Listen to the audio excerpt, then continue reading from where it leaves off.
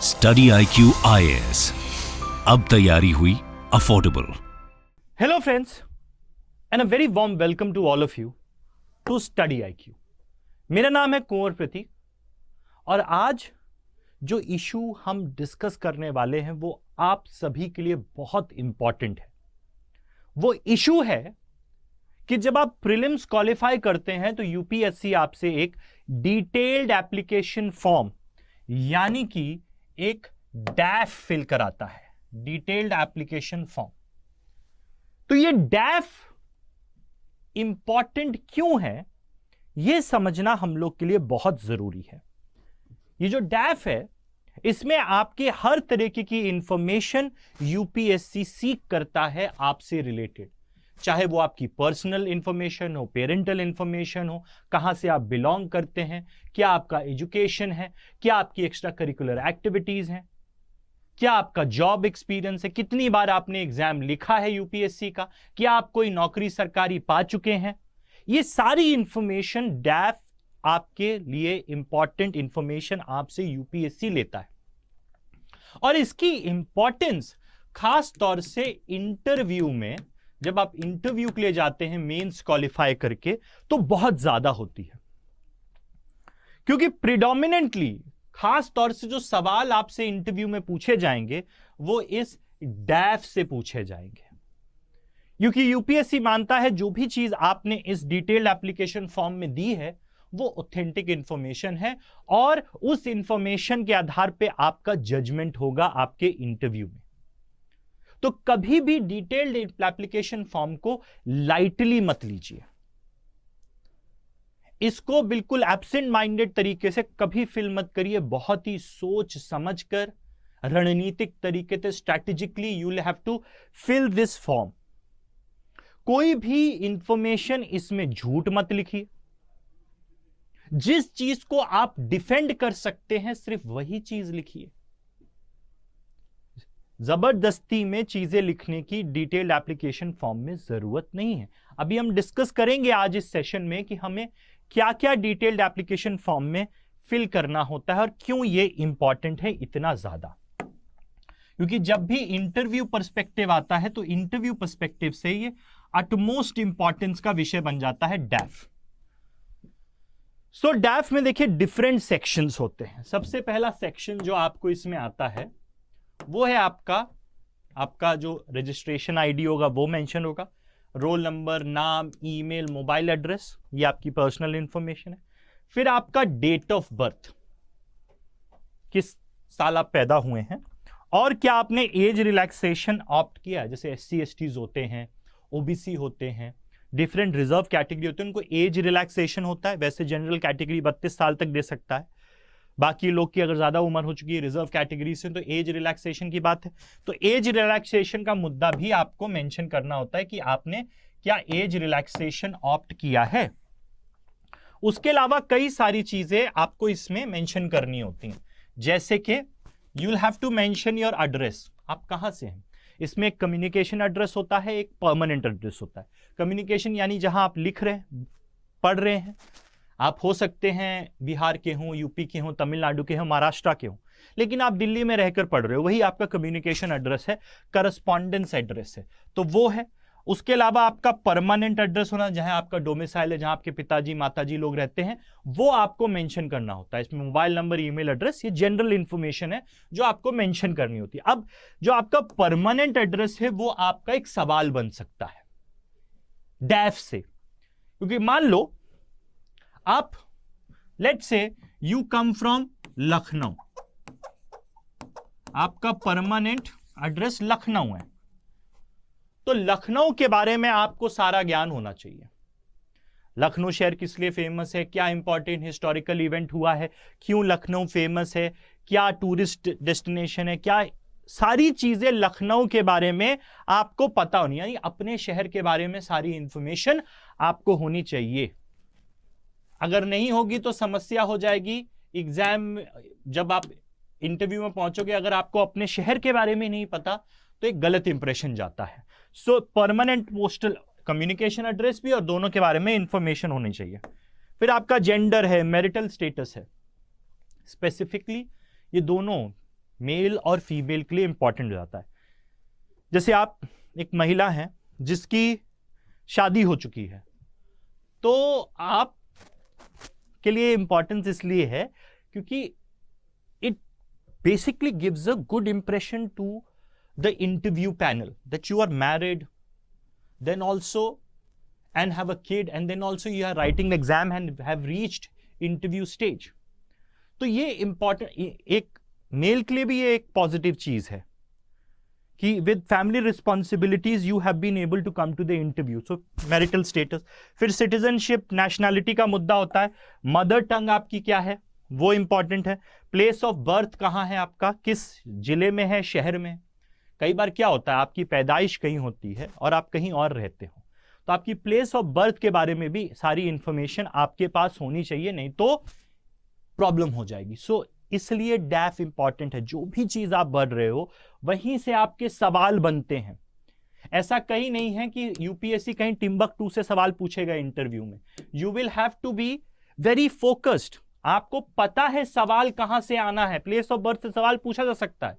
मान लो आपका place of birth है कानपुर और आप रहते हो दिल्ली में, लेकिन प्लेस ऑफ बर्थ आपका कानपुर है, तो कानपुर से रिलेटेड सवाल आपसे पूछे जा सकते हैं। कानपुर को मैनचेस्टर ऑफ इंडिया बोला जाता था, अब क्यों नहीं बोला जाता है, क्या इश्यूज हैं, ये सारी चीजें आपसे पूछी जा सकती हैं आपके इंटरव्यू के दौरान। सो डैफ, जब भी डैफ की बात आती है, डैफ बहुत इंपॉर्टेंट हो जाता है। ठीक है, आपका स्टेट इस तरह इंपॉर्टेंट है। मान लो मेरा स्टेट जैसे उत्तर प्रदेश है, डोमिसाइल यूपी, तो अब मेरा डोमिसाइल स्टेट है यूपी, तो यूपी से जुड़े हुए सवाल मेरे से पूछे जा सकते हैं कि नहीं पूछे जा सकते? पूछे जा सकते हैं, और वो पूछे जाएंगे। अगर आप महाराष्ट्र से हो तो वहां से, तमिलनाडु से तो वहां से, तेलंगाना से तो वहां से, छत्तीसगढ़ से तो वहां से। सो डैफ की एक एक पैराग्राफ आपके इंटरव्यू के लिए इंपॉर्टेंट है। अब आ जाते हैं कम्युनिटी पे।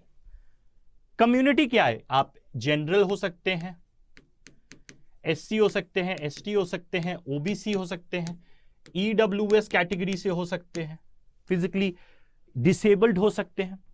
सो whichever community you are choosing, आप किसी भी कम्युनिटी के हो, तो उस कम्युनिटी की प्रॉब्लम्स और सरकार उस कम्युनिटी के लिए क्या कर रही है वो बहुत इंपॉर्टेंट। मान लो आप एक शेड्यूल कास्ट कैंडिडेट हो, आपने कम्युनिटी में शेड्यूल कास्ट लिखा, तो शेड्यूल कास्ट से जुड़ी हुई समस्याएं हिस्टोरिकली और प्रेजेंट, और सरकार क्या कदम उठा रही, ये आपके लिए बहुत इंपॉर्टेंट है।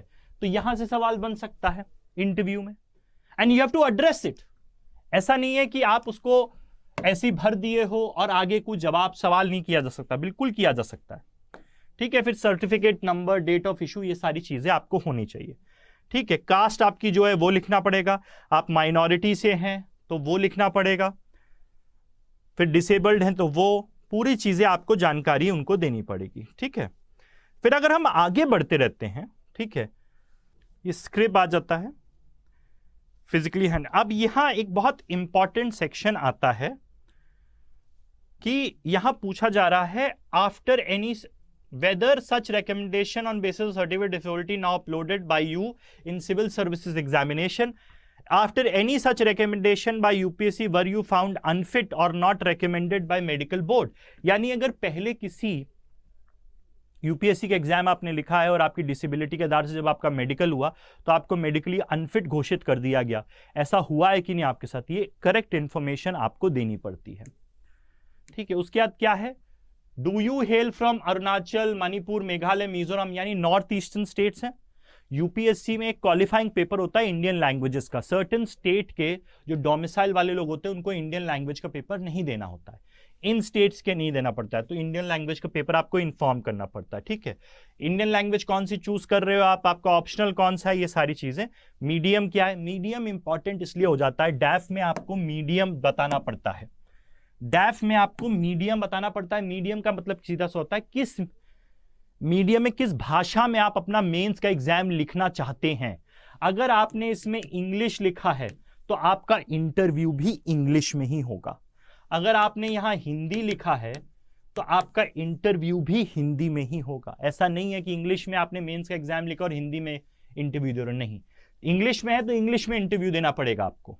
ठीक है, उसके अलावा क्या है, उसके अलावा है आपका in case of Sindhi and Santhali type the script indicated by candidate, ठीक है। Language of medium of interview आप लिख सकते हो। फिर अपनी फैमिली की इंफॉर्मेशन आपको देनी पड़ती है, name of father, name of mother, nationality, उनका प्रोफेशन। देखिए अब यहां से आपके फैमिली बैकग्राउंड से सवाल बन सकते हैं। अगर आपकी मदर काम करती हैं तो जिस चीज में काम करती हैं, अगर गवर्नमेंट सर्विस में हैं तो उनकी गवर्नमेंट सर्विस के बारे में इंफॉर्मेशन। अगर जैसे मान लीजिए आपके पेरेंट्स या आपके फादर फॉरेस्ट सर्विस में है, फॉरेस्ट सर्विस में काम करते हैं, तो एनवायरनमेंट का मुद्दे से आपसे सवाल पूछे जा सकते हैं। आपकी मदर एक होम मेकर है, तो वहां से सवाल पूछे जा सकते हैं कि हमारे देश में बहुत सारा जो अनपेड लेबर होता है वो होम मेकर्स की होती है, तो उसकी प्रॉब्लम्स बताइए। आपकी मदर मान लो बीएसएनएल में काम करती हैं, तो टेलीकम्युनिकेशन से आपसे सवाल पूछा जा सकता है।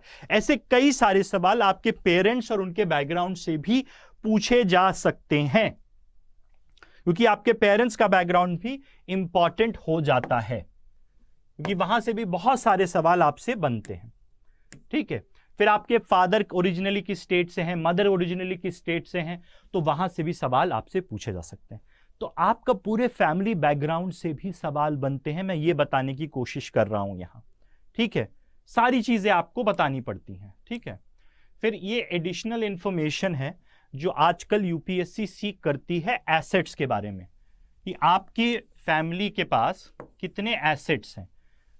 ये एसेट का इंफॉर्मेशन यानी फाइनेंशियली आप कितने साउंड हैं, ये जानने की कोशिश कर रहा है यूपीएससी डीईएफ के जरिए, ठीक है। Do you possess prescribed educational qualification, यानी आप के पास ग्रेजुएशन की डिग्री है कि नहीं है, यहां ये इंफॉर्मेशन मांग रहा है। अब देखिए यहां सबसे बड़ा मुद्दा आता है आपके ग्रेजुएशन का। ग्रेजुएशन में जो भी आपका सब्जेक्ट है, या आपने पोस्ट ग्रेजुएशन भी कर रखी है, तो पोस्ट ग्रेजुएशन में जो भी आपका सब्जेक्ट है, हम में से बहुत सारे क्या लोग होते हैं ग्रेजुएशन में कोई और सब्जेक्ट लिया होता है, यूपीएससी में ऑप्शनल कुछ और ले लेते हैं, लेकिन जब आप इंटरव्यू में जाएंगे तो आपको ग्रेजुएशन का सब्जेक्ट डिफेंड करना होगा। मान लो आपने केमिस्ट्री में ग्रेजुएशन करी और पबैट से आपने पेपर लिखा है, तो आप ये मत सोचिए कि आपसे एग्जाम में केमिस्ट्री से सवाल नहीं पूछा जाएगा, बिल्कुल पूछा जाएगा। तो ग्रेजुएशन में जो भी आपका सब्जेक्ट रहा है उसको तैयार करके आपको जाना है इंटरव्यू में,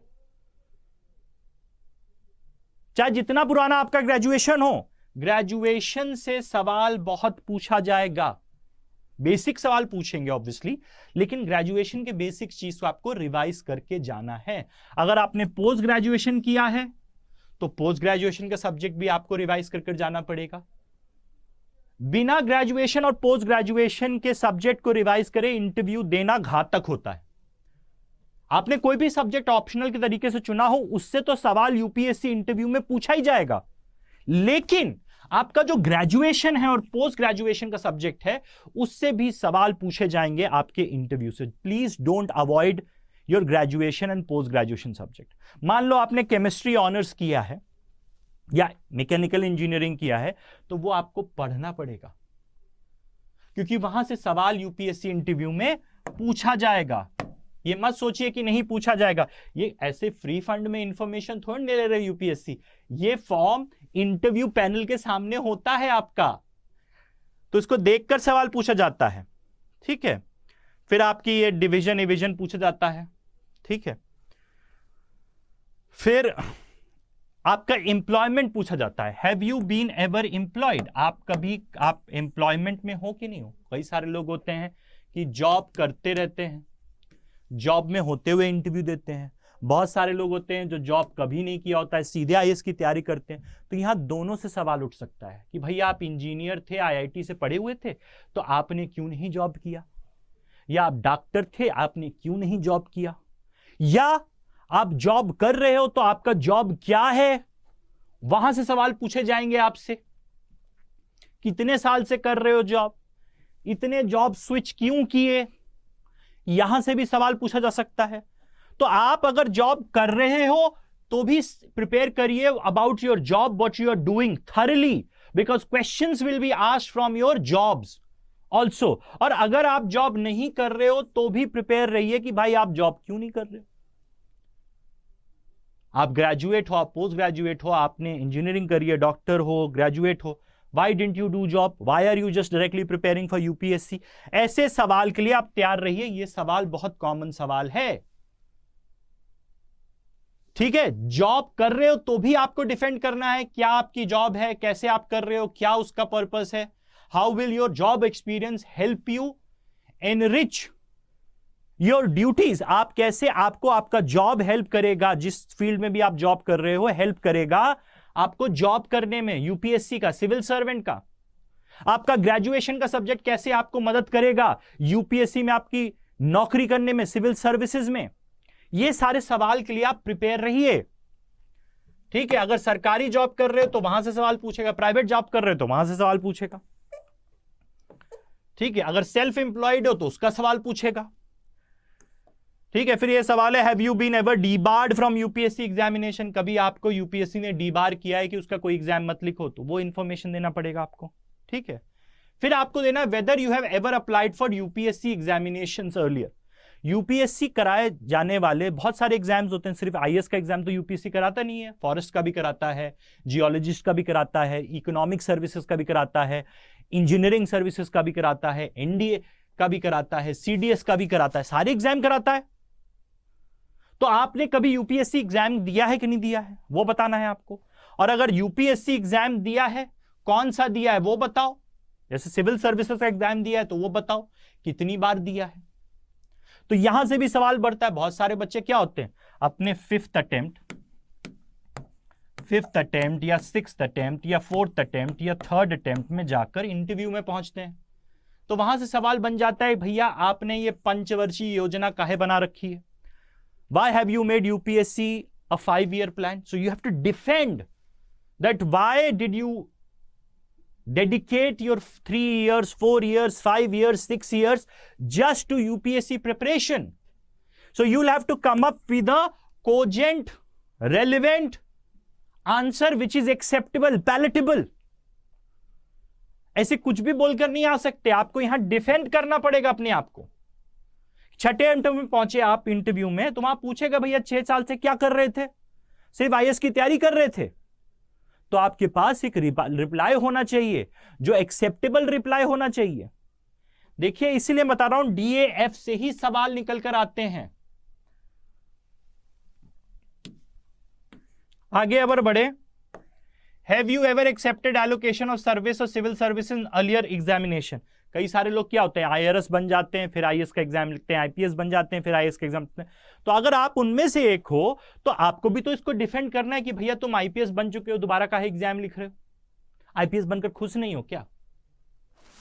या आईआरएस बनकर खुश नहीं हो क्या? ये सवाल, these questions are very important which you need proper answers to. कुछ भी नहीं बोल सकते आप, you have to be prepared in these.